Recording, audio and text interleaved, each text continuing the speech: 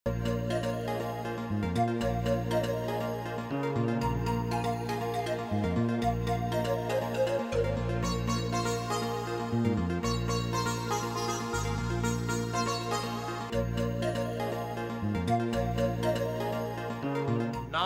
TV मेजबान तारक अजीज garden town Lahore में रहते हैं।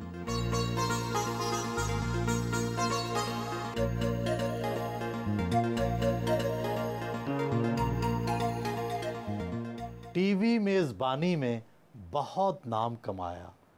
30 साल नीलाम घर और बज़्म तारक अजीज करके नया रिकॉर्ड कायम किया। ये शुरू कब और कैसे हुआ था? ये पाकिस्तान टेलीविज़न का आइडिया था जो बड़ी रफ़ शक्ल में था।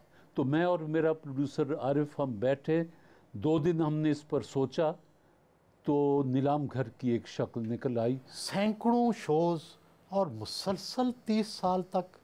लैरी किंग तो 25 साल के बाद रिटायर हो गए। आप थके नहीं? देखने में मैं 65 साल का लगता हूँगा या 70 साल का लगता हूँगा, मुझे नहीं पता। लेकिन जब मैं स्टेज पर आता हूँ और कैमरा सुर्ख आंख से मुझे घूरता है, उस वक्त मैं 25 साल का फिट आदमी। हाय हाय, उस्ताद दामन याद आ गया, कहना कि स्टेज ते होइए ते असी सिकंदर हुन्ने हैं, स्टेज तो थले उतरीए ते कलंदर हुन्ने हैं, जद दामन उलझ जाए हुकूमत नाल असी चुपचाप अंदर हुन्ने हैं। तज्जिया तो करते होंगे कि आपको मकबूलियत किस चीज़ से मिली? आपकी शख्सियत से, बोलने के अंदाज से, या प्रोग्राम के फॉर्मेट से? बड़ी यूनिक आवाज़ है मेरी, लेकिन इसमें मेरा क्या है? ये तो मेरे रब की देन है। ये दराज कद, ये खूबसूरत चेहरा, ये मिजगां दराजा, ये सारे कुछ तो खुदा का दिया हुआ है। इसका फॉर्मेट भी ऐसा था कि चूँकि पाकिस्तान में पहली बार इस तरह का शो आया था जिसमें टेलीविज़न लेने की बजाय देता था। कैरियर में आला मकाम की वजह तकदीर थी या कुछ और? सिर्फ तकदीर कोई चीज़ नहीं है, तदबीर उसके साथ साथ लगी हुई है। 25 से ज़ायद फिल्मों में काम किया। इंसानियत तो सुपरहिट हुई। फिल्मी दुनिया को खैर बात क्यों कहा? वैसे खूबसूरत दुनिया थी। कभी कभी जी चाहता है ये मैं क्यों छोड़ आया। मेरी प्यास शायद ज़्यादा है और चश्मे मुझे कम मिले। तो लेकिन एक बात आप देखेंगे कि मैंने जितने शोबे अपनाए हैं वो अबलाग के अपनाए हैं। 1964 में टेलीविज़न से मुंसलिक हुए, कई बार निकाले भी गए। आने और जाने का तजर्बा कैसा रहा? मैं टेलीविज़न से, पाकिस्तान टेलीविज़न से 2 महीने बड़ा हूँ उम्र में। सीनियर प्रोड्यूसर की हैसियत से कराची में काम कर रहा था। तो यहाँ टोबा टेक सिंह में किसान कॉन्फ्रेंस हुई। मुल्ला भाषानी ने ईस्ट पाकिस्तान से जो आए थे, बांग्लादेश अब तो है, किसान कॉन्फ्रेंस में वहाँ मैं, पता नहीं मुझे क्या हुआ, मैं वहाँ से उड़ा, अपना बेहतरीन सूट पहना और टैक्सी लाहौर से ली और सीधा मैं वहाँ पहुँचा। और मैंने कहा जी कि 5 मिनट मैं भी कुछ कहना चाहूँगा। मैं कोई 45 मिनट बोला हूँ जी, 5 मिनट की जगह, और पिन ड्रॉप साइलेंस में। कराची पहुँचा हूँ तो गेट पर रोक लिया गया कि हुजूर आपकी नौकरी ख़त्म हो चुकी है।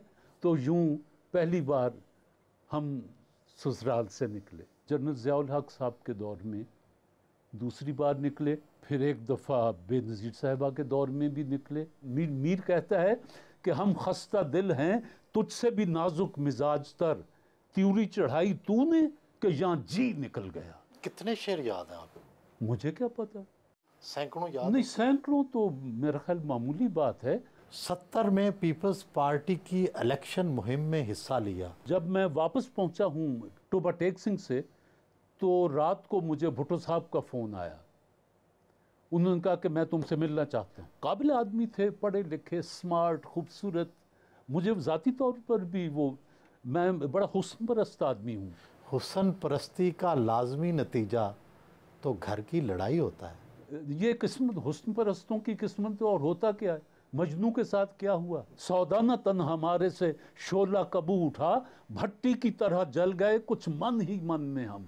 पीपल्स पार्टी छोड़ क्यों दी? जो रद्द इनकलाब ताकतें थीं जिनके खिलाफ हम लड़ रहे थे, वो इकट्ठी होती, करीब भुट्टो साहब के करीब होती गई, और वो जो इनकलाबी थे वो थोड़ा, ये अपना अपना रोल होता है। जुल्फ़कार अली भुट्टो के साथी रहे और ज़ियाउल हक से कुर्बत रही, ये तज़ाद नहीं? दोस्ती ज़ियाउल हक साहब से, ज़ियाउल हक मुझसे दोस्ती कर रहे थे। मेरे पास अगर आप कहें उनके कोई 8-10 ख़त पड़े हैं मेरे पास, जिनका मैंने कोई जवाब नहीं दिया था। बाकी मैं उनका इंटरव्यू करने गया, वो टेलीविज़न ने मुझे कहा। आपका जी नहीं चाह रहा था? नहीं, मैं तो प्रोफेशनल आदमी हूँ, मैं अपने दुश्मन का भी इंटरव्यू कर सकता हूँ। कहाँ पीपल्स पार्टी की सियासत, देखे ना, कहाँ आप मुस्लिम लीग में चले गए? देखे ना, मैं आप तो बाएं बाजू से वाबस्ता थे। 13 साल मैं चुप बैठा रहा, सिवाय किताबों के मैंने कुछ नहीं पढ़ा। बात ही कि मियाँ नवाज शरीफ साहब ने मुझे टिकट दे दिया और इमरान खान के सामने खड़ा कर दिया। उसको 4000 वोट मिले, मुझे 50,000 वोट मिले। उसके बाद 2.5 साल में वो बकौल मियाँ मुनीर साडा पतीला ही मुद्दा हो गया।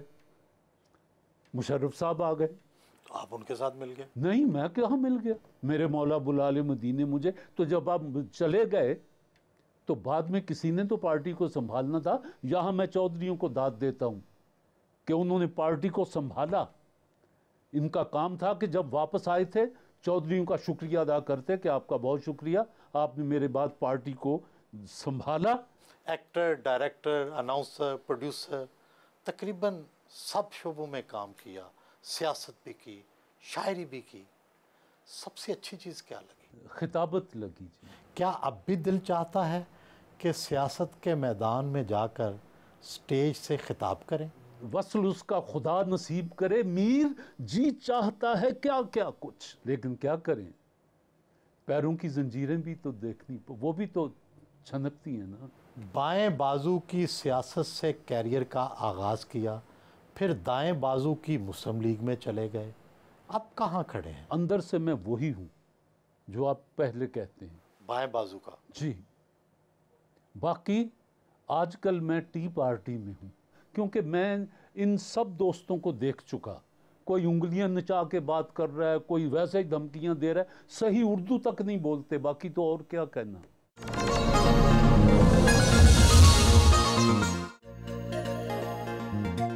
ये जो तस्वीरें आप देख रहे हैं, ये सब मेरी सियासी ज़िंदगी की आवारगियां हैं, कह लीजिए। ये मेरे वालिद मोहतरम की तस्वीर है। मियाँ अब्दुल अजीज़ पाकिस्तानी, जिन्होंने 1936 में अपने नाम के साथ पाकिस्तानी लिखना शुरू किया था। मलिका तरन्नुम इसे कहते थे। खूबसूरत, रोमानवी पोज है बड़ा। खुश अकल और खुश शक्ल। ये मेरी बड़ी अच्छी दोस्त थी मलिका, और मुहज़्ज़ब औरत थी। ये मेरे घर में तशरीफ़ लाई थी। मैं शायद उसे अच्छा लगता था, वो मुझे अच्छी लगती थी। दोस्त इसी तरह ही तस्वीर बनवाते हैं हंसते हुए।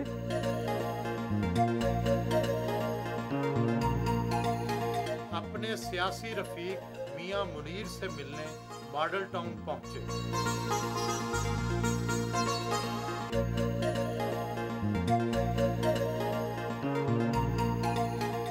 खुददारी जो है इनमें, अंदर का तारक अजीज, कहते हैं वो नहीं मैं मार सकता। न्यूयॉर्क में थे तो इनके पासपोर्ट पे लिखा हुआ तारक अजीज।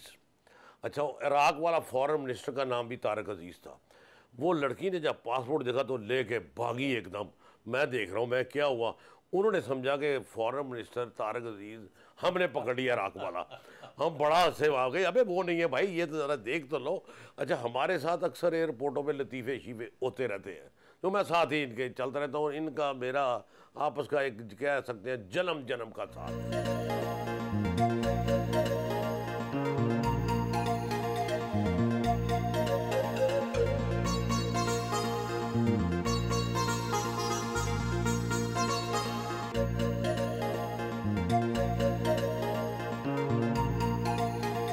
यतीम खाना चौक पर दारुल शफकत आए, वो इसकी जनरल कौंसिल के रुकन हैं।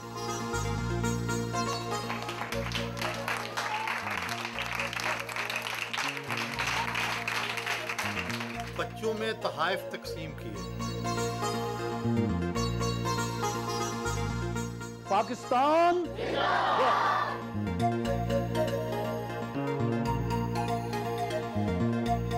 फिल वक्त इसमें 15-15, 20-20 लड़के रहते हैं, लेकिन हम इसको अब नया रंग दे रहे हैं कि 4 बच्चों के लिए एक कमरा होगा। अमेरिका से एक डॉक्टर को हमने रब्ता किया, इसको वो ऐसा एक बनाना चाहते हैं कि जिसमें बच्चे बिल्कुल घरेलू माहौल अपना वो समझें। दिखती आँखों और सुनते कानों जैसी इस्तिलाहात के मौजूद क्या आप खुद हैं? बाकी दोस्तों की तरह वही अस्सलाम वालेकुम या कोई लतीफ़ा गोई से मैं शुरू करता था। तो मुझे खतूत आए और उसमें से एक अंधे लड़के ने कहा कि मैं आपका पूरा प्रोग्राम देखता हूँ, आप मुझे सलाम ही नहीं करते। तो अचानक एक दिन एक फ़िक्रा ये उतर आया कि देखती आंखों सुनते कानों, आपको तारिक अजीज़ का सलाम पहुँचे। तासुर है कि आप कई सालों तक पाकिस्तान में सबसे ज़्यादा तनख्वाह पाने वाले एंकर पर्सन रहे। कितनी बचत कर ली? आपको मेरी वसीयत का पता है कि मेरी मौत के बाद मेरा सब कुछ पाकिस्तान के लिए है, तो ऐसे बंदे के पास बचना क्या है? सबसे ज़्यादा मुआवजा कितना लिया? शायद 10 लाख रुपया घंटा भी लिया है, और ऊपर मिनट जितने गुजर गए उनके भी पैसे चार्ज किए हैं। प्यार में ले जाके तो चाहे आप ज़िबा कर लें, मैं चुप रहूँगा, लेकिन अगर आप मुझे प्रोफेशनली ले जाना चाहें तो मैं बड़ा जालिम आदमी हूँ। मेरे पास वही आता है जिसको मेरी ज़रूरत होती है।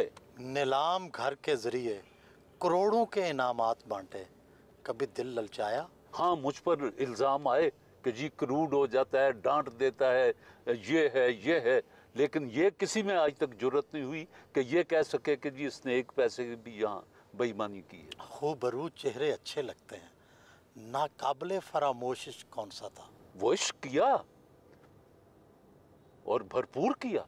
उस इश्क में आखिर क्या खास बात थी? मैंने ज़िंदगी में इतनी खूबसूरत आंखें नहीं देखी। शायद पिकासो भी वो आंख ना बना सकता, या FM हुसैन भी वो आंख ना बना सकता, या हमारा चुगताई वो आंख ना बना सकता जो कुदरत ने बना के उसे दी हुई थी। और मज़े की बात है, उसको भी नहीं पता था कि मैं क्या हूँ। नाराज़ ना हो तो आपसे पूछूं, वो फरजाना कहाँ है जिसके लिए आपने कहा था जेड़े कम नहीं तेरे फर्जी वो कम ना तू करया कर? वो लंदन में आज से कोई कमो बेश 15 साल से ज़्यादा मेरा ख्याल हो गए हैं कि उसकी शादी ये अपनी नाजिया हसन मरहुमा थी ना, इसके मामू के साथ हुई थी, और मैं फरजाना का वकील बना था। उस शादी में खुद शरीक हुए? उस वक़्त आपके एहसासात क्या थे? एहसासात मैं नॉर्मल था, थी उसकी शादी हो रही थी और उसने कहा कि मैं यहाँ अकेली हूँ, मेरी शादी में कोई भी नहीं शरीक होगा। मैंने कहा मैं आ जाता हूँ। मैंने लंदन का टिकट लिया, मैं लंदन पहुँच गया, वहाँ उसकी शादी में शरीक हुआ। अगले दिन वो उधर और हम उधर। शोबिज़ में इन रहे, फिल्मी दुनिया में हीरो रहे, कौन सी अदाकारा या गुलकारा दिल को भाई? जिन मानों में आप दोस्ती पूछ रहे हैं ना, उन मानों में नहीं। एक दिल रखते हैं, किस किस पे ये तकसीम करें। उन्होंने जर्मन शेफर्ड कुत्ते पाल रखे हैं। मैं जानवरों से बड़ा प्यार करता हूँ, सिर्फ इंसानों से ही नहीं, जानवरों से भी मुझे बड़ा इश्क होता है। ये मेरे महबूब हैं, दोनों मेरे साथ खेलते हैं, मेरे हाथ से खाना खाते हैं।